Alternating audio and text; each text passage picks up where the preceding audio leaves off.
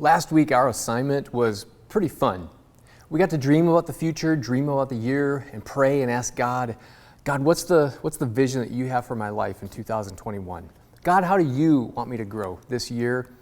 I loved hearing your stories and the words that God gave you. Now, this week, we're stepping into some of the planning stages. Now this week is where it continues to be inspiring, but now we get to do a little bit of work, and I want to share with you a little bit today, give you a little bit of coaching on how to do it this week. So this week we're starting with rest. Remember back to Sunday, and if you didn't get a chance to hear the message from Sunday, make sure you watch it. Before most of us can put some more energy into growth, we need to create some capacity in our lives. And it's not as hard as we might think it is, especially when we start to look at some of the things we give our time and energy to that really don't fill us up all that much. So we're talking about rest, and I encourage you to think about Sabbath, encourage you to think about simplicity, needs versus want, and encourage you to think about noise. I've heard great stories of folks talking about how their challenge is to take some time where they unplug from digital connections and unplug from social media. That's a great way to begin to reduce the noise, unplug, and just find some rest in Jesus. So how's your progress going as you're praying and thinking about and dreaming about what a more rested life looks like? By the end of the week, we're going to have to put something in our growth guide that relates to how God is leading us. So let me coach you just a little bit. So the first part is the dream. It's the motivating part. It's what you see at the end of this year after you've experienced some growth in the Lord. How do you see yourself resting? Describe that situation. And before you describe what you see yourself doing, like the task list of every day, describe the result of it. Describe how it feels. Like put yourself in that moment and describe what the rested you looks like. So some of the examples I've heard from folks this week, talking about how they see themselves slowing down and actively listening for the whispers of the Holy Spirit throughout the day rather than just those couple of moments when they're specifically praying or reading their Bibles. That's a great vision for what a rested, calmed soul looks like.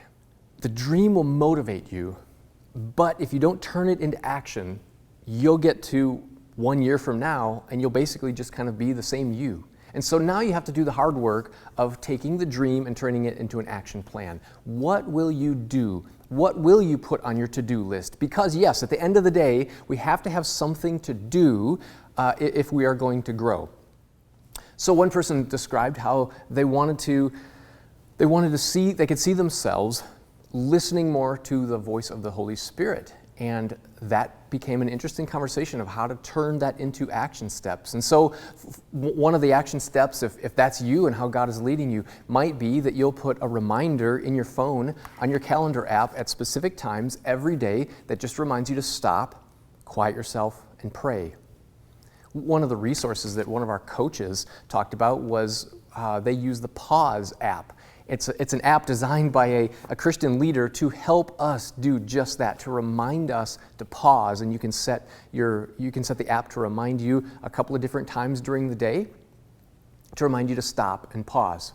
Now, don't go get too excited and download every app possible because that might just fill up your phone with more noise. But those are some examples of some action steps.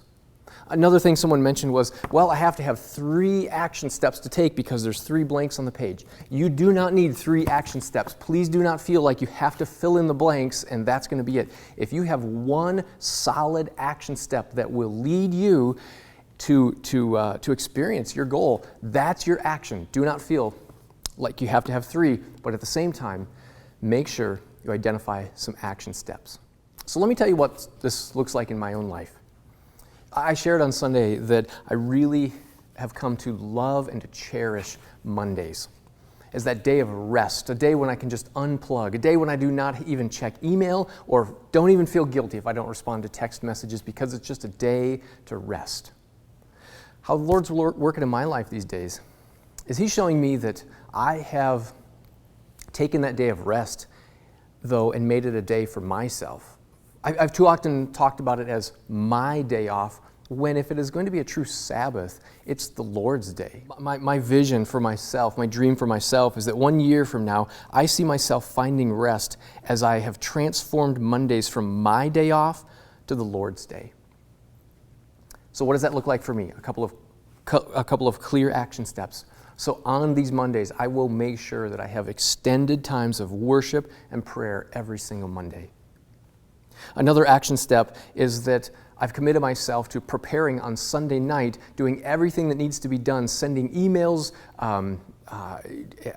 helping others. If somebody else is waiting on me for some information, that I'll stay up as late as I need to on a Sunday night to get everything off of my plate and off of my mind so that I can truly rest on Monday. And then my action step is to do yard work and housework on Saturdays or during weeknights so that on Mondays I'm not cheating the Sabbath by catching up on some of the stuff that I didn't get done. And for me, I'm sensing that if I will take those 3 steps, that will help to make Mondays more restful and more of the Lord's Day. Your job now at the end of this week is to write down what you see as your rested self, and then to write down the steps, the actions you will take to get there. If you are struggling at any point, if you're struggling to see what a rested you looks like, if you're struggling to turn that dream into action steps, I want to encourage you, let us know and let us coach you. We have a group of coaches, of godly men and women who will listen to you, they'll talk to you, and they will help you to take action or to describe the dream that you see for yourself. If we can help coach you, you can text us, 360-552-7794. That's our text line. Just text us and tell us that you would like us to connect you with a coach. Email me, Pastor Jason at ridgefieldnazarene.org, or text or comment if you're seeing this video on Facebook or other social media. Let us know. Call the church office if you need to. Let us know somehow that you would like to get connected with a coach, and we will connect you with someone who can help you put down on paper your dreams and your plans so that you can grow in 2021.